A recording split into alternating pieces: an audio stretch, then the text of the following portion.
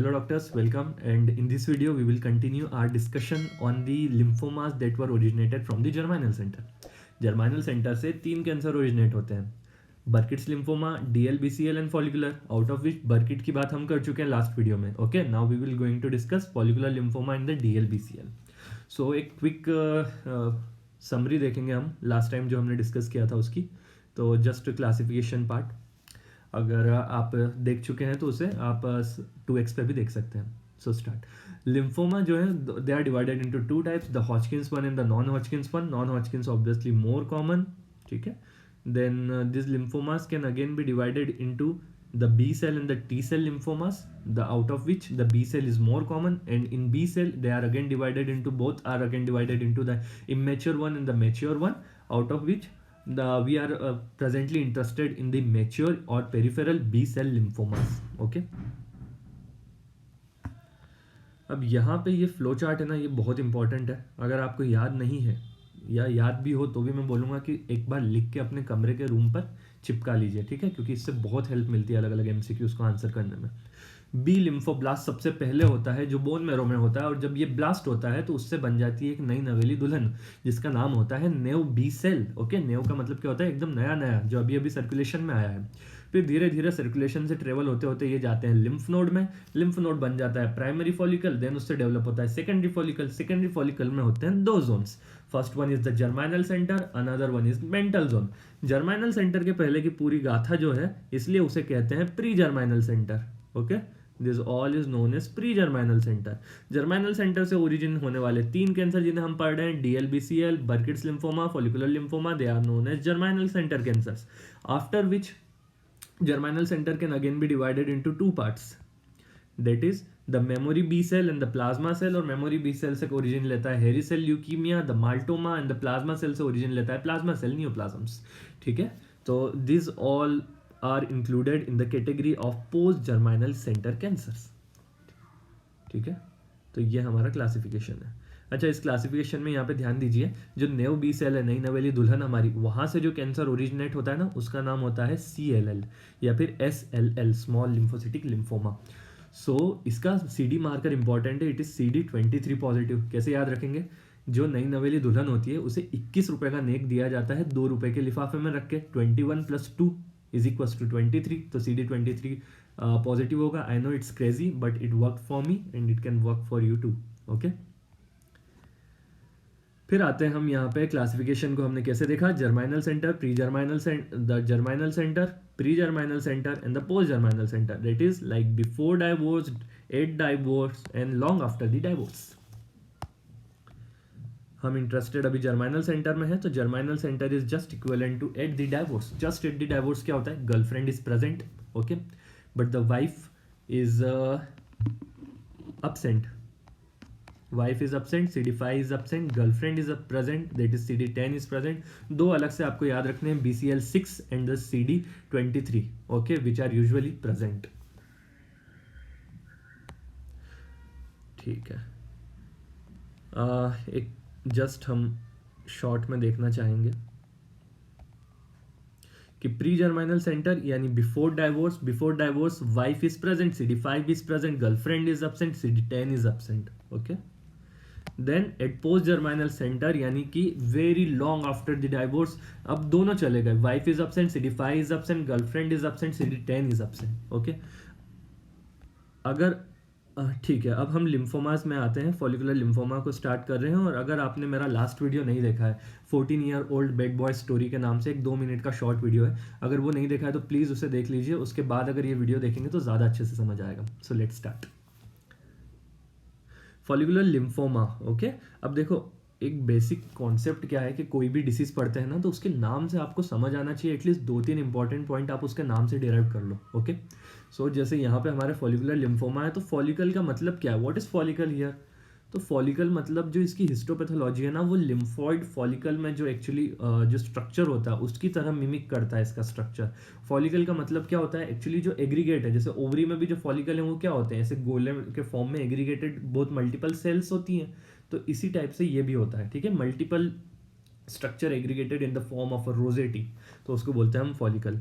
दूसरी चीज़ फॉलिकल से आपको क्या याद आता है, ओवरी में फॉलिकल होते हैं, और ओवरीज फॉलिकल वाली लाइक मेच्योर ओवरीज तो 18 ईयर ओल्ड लड़की में होती है, जो हमारी उस स्टोरी में थी, है ना।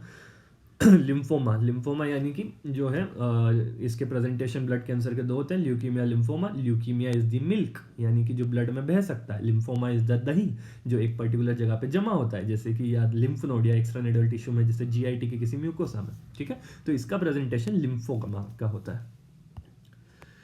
फॉलिकुलर लिम्फोमा में एज देखें तो हमने अभी समझा कि obviously follicles are present in 18 year old girl according to our last video mnemonic. So it is usually seen in adults. Okay, location की बात करें तो नोडल लिम्फ नोड में तो होते हैं फॉलिकल्स। जेनेटिक्स की बात करें, अगेन उस वीडियो में डिस्कस कर चुके हैं, यहाँ शॉर्टली देखेंगे हम, बस बहुत शॉर्ट में। Genetics like it's translocation of the 14 and 18, that 14 year old bed boy जिसका नाम है IGH, जो हमेशा हाइपर एक्टिव होता है, ऑब्वियसली इम्यूनिटी मेंटेन करनी है इसलिए IGH हाइपर एक्टिव होगा। पर अगर ये ट्रांसलोकेटेड हो जाता है और 18 इसके नियर आ जाता है, और 18 पे एक जीन होता है that is BCL2। What is BCL2? BCL2 is an anti apoptotic molecule. अगर ये हाइपर एक्टिव हो गया, यानी एंटी एपोप्टोसिस का क्या मतलब होता है, एपोप्टोसिस नहीं होने देता। ये हाइपर एक्टिव हो गया तो ये कभी एपोप्टोसिस ही नहीं होने देगा, सेल हो जाएगी अमर। तो यहाँ पे देखिए, कैंसर में दो चीज़ें हो सकती है। ओके, एक हो सकता है कि भाई प्रोलिफरेशन बहुत ज़्यादा हो रही है, ऐसे बढ़ती जा रही है, मल्टीप्लाई हो रही है एक्सपोनेंशियली सेल्स, तो कैंसर हो सकता है। दूसरी चीज़ है, मल्टीप्लाई तो इतनी ज़्यादा तेज़ी से नहीं हो रही है, पर जो भी आ रही है ना वो मर नहीं रही है, उनका एपोप्टोसिस ही नहीं हो रहा है, तो बूढ़ी बूढ़ी सेल इकट्ठी होती जा रही है, तो that is increase survival. Okay, यहाँ पे मिलेगा, यहाँ पे प्रोलिफरेशन प्रॉब्लम नहीं होगी, यहाँ पे प्रॉब्लम होगी एंटी एपोप्टोटिक जीन का अप रेगुलेशन। ओके, समझे? ठीक है, इसका निमोनिक फॉर्म में अगर आप याद करना चाहते हैं तो प्लीज़ उस वीडियो को देखिए।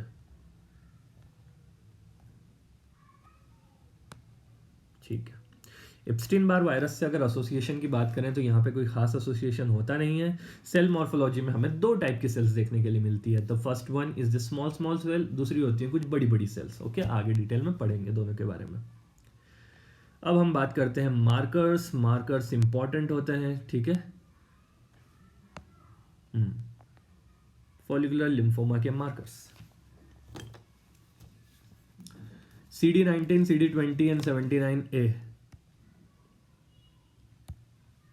ये नॉर्मल बी सेल के मार्कर है, they should be present. Okay, CD5 germinal centre है, जर्माइनल सेंटर यानी just at the divorce, CD5 wife is absent, CD10 girlfriend is present, ठीक है।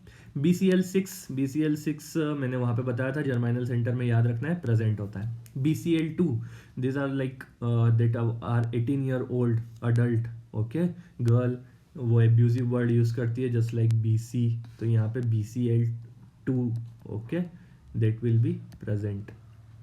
CMYC, ये मिक्की तो हमारी छोटी बच्ची थी, वो बर्किट वाली, यहाँ पे थोड़ी मिलेगा, तो Mickey will be absent. Talking about KI67, मैंने अभी क्या बताया था, अपनों ने क्या डिस्कस किया कि यहाँ पे सेल्स का प्रोलिफरेशन नहीं बढ़ रहा है, सेल्स इमॉर्टल हो गई हैं, इसलिए वो एक्यूमुलेट हो रही हैं।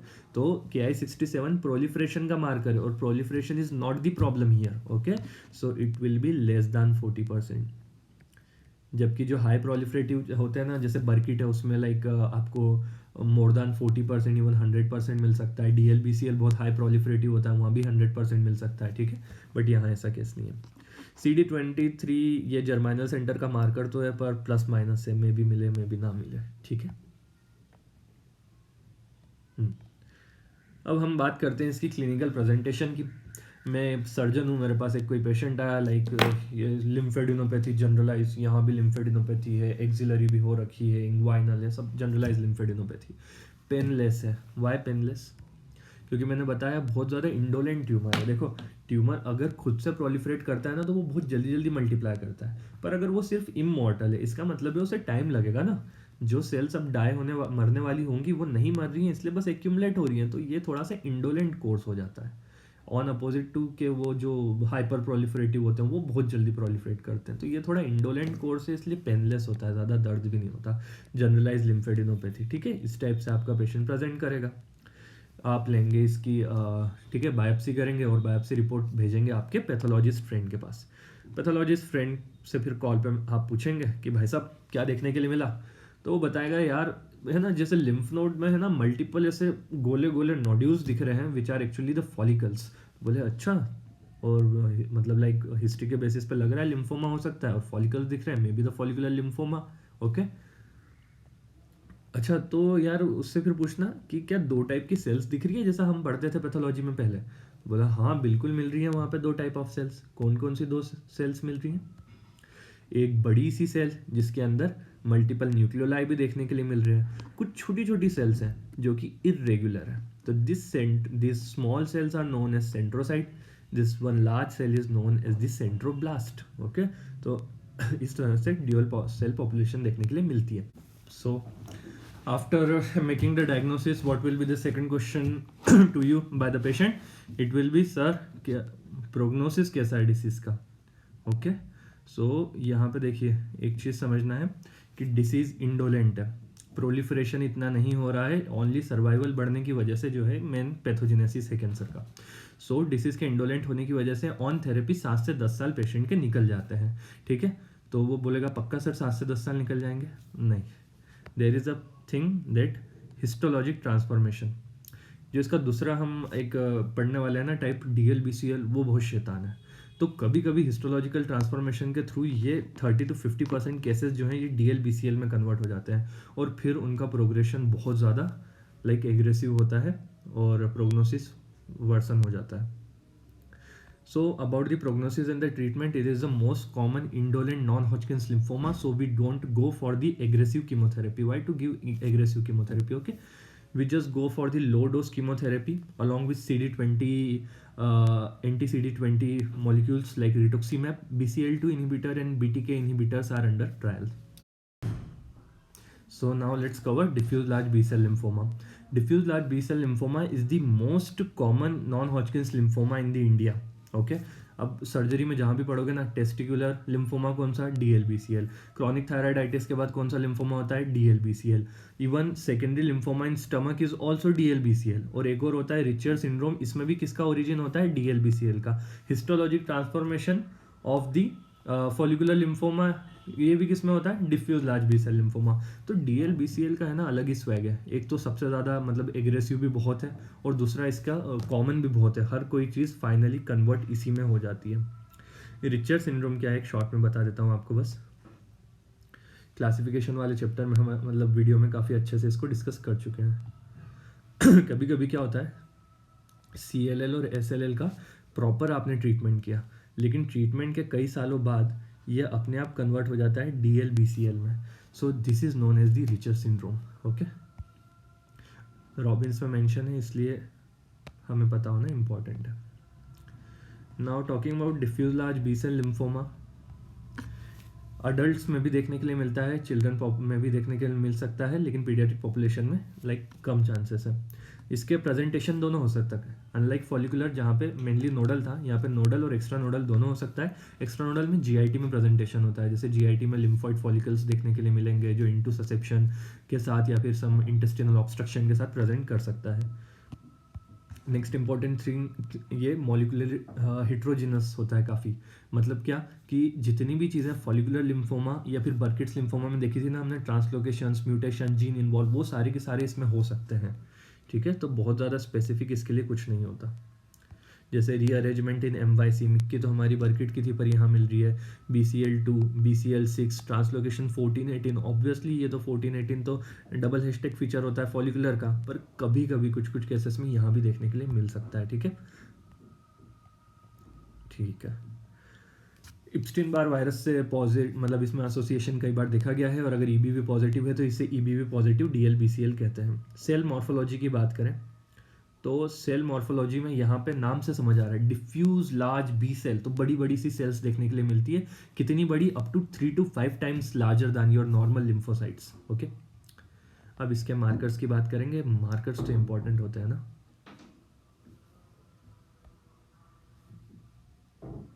ठीक है। Talking about the markers, CD19, 20, 79A they are normal B cell, मतलब सभी बी सेल्स में होते हैं, they should be present. CD अच्छा जर्माइनल सेंटर है, यानी just at the divorce wife is absent, CD5 is absent, girlfriend is present, CD10 is present.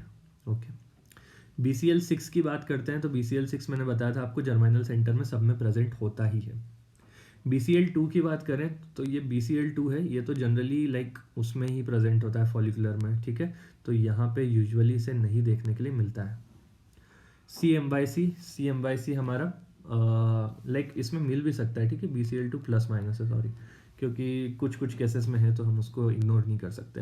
CMYC वैसे तो हमारी मिक्की बच्ची है बर्किट वाली, तो बर्किट में देखने के लिए मिलना चाहिए, पर यहाँ पे अगेन वही बात है, कुछ कुछ केसेस में देखने के लिए मिलता है तो प्लस माइनस। Ki67 DLBCL बहुत एक एग्रेसिव ट्यूमर है, प्रोलिफरेशन बहुत ज़्यादा होता है, तो अनलाइक फॉलिकुलर इसका जो है आपका Ki67 40 to 100% तक हो सकता है, ठीक है। CD23 की बात करें तो CD23 will be absent here, okay, most of the cases में नहीं मिलता, जो कि नॉर्मल चीज़ थी वो मिलना चाहिए थी, पर यहाँ पे कई बार देखने के लिए नहीं मिलता, although it is a germinal centre tumour.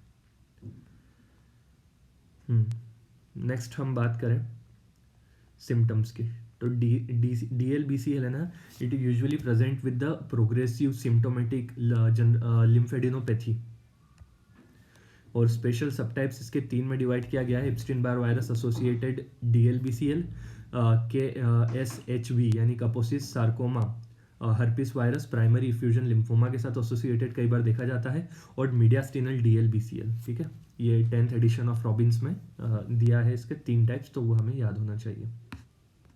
अब हिस्टोलॉजी की बात करते हैं, तो हिस्टोलॉजी में नाम में समझ आता है डिफ्यूज लार्ज बी सेल्स का मतलब बहुत बड़ी बड़ी डिफ्यूजली लार्ज बी सेल्स मिलेंगी, जैसे यहाँ पे देखने के लिए मिल रही है आपको, ये बड़ी बड़ी सेल हैं, 3 से 5 गुना बड़ी हैं नॉर्मल लिम्फोसाइट से, साथ में इनमें आपको न्यूक्लियर क्रोमेटिन और न्यूक्लियोलाई भी देखने के लिए मिल सकते हैं। अब हम बात करेंगे ट्रीटमेंट एंड प्रोग्नोसिस पार्ट की। जो ट्यूमर है वो काफ़ी ज़्यादा एग्रेसिव है, इसलिए हमें एग्रेसिव कीमो के लिए जाना होगा, और अच्छी बात यह है कि 50% केसेस में क्योर रेट्स हैं। Thank you so much.